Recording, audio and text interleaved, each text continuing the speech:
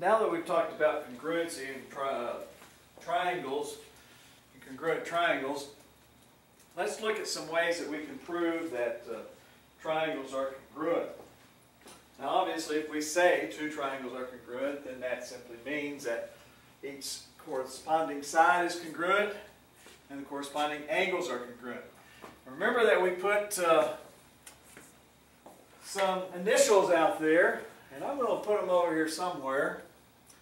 And I'm just going to sort of, you'll see these things occasionally, just different places and whatever. And I'm just going to put it up here. C, P, C, T, C. Okay, I wonder what that means and wonder what it's useful for. Okay, all right, so as we look into this, we come up with this thing right here. Question, and this is the answer to it. It is not always necessary to show that all the corresponding parts of two triangles are congruent to prove that the triangles are congruent.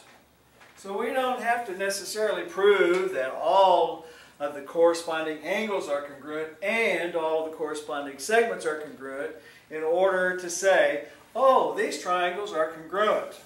Huh? Alright? What all does that mean? That simply means we can take pieces of the two triangles and prove that pieces of those two triangles are congruent, and then say, oh, okay, because these pieces are congruent in certain ways, then the two triangles are congruent. And then since the two triangles are congruent, then all of the corresponding pieces are congruent because of CP-CTC. CP-CTC becomes very important in that case. Okay? But there's some definitions we need to get a hold of and we need to understand before we can start using these principles. Those definitions are included angle and included side. Now they're fairly simple. Included angle is the angle between two sides. Well, here's triangle L, M, and N. Notice that I've marked segment LN and segment LM and angle L. And here's the statement. Angle L is the included angle between segment LM and segment LN. Okay? Included angle means the angle between two segments. In fact, the term included as we're using it here simply means between two. Whatever it is we're talking about being between. Included side means the side between two angles. Included angle, angle between two sides. Included side, side between two angles. Here is triangle ABC. Notice that I've marked angle A, angle B, and segment AB.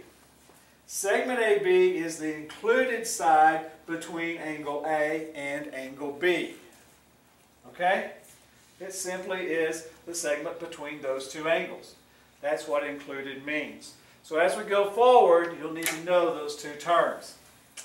All right, now we're going to prove this stuff and do some proofs and use this showing two triangles are congruent, not using all the corresponding parts.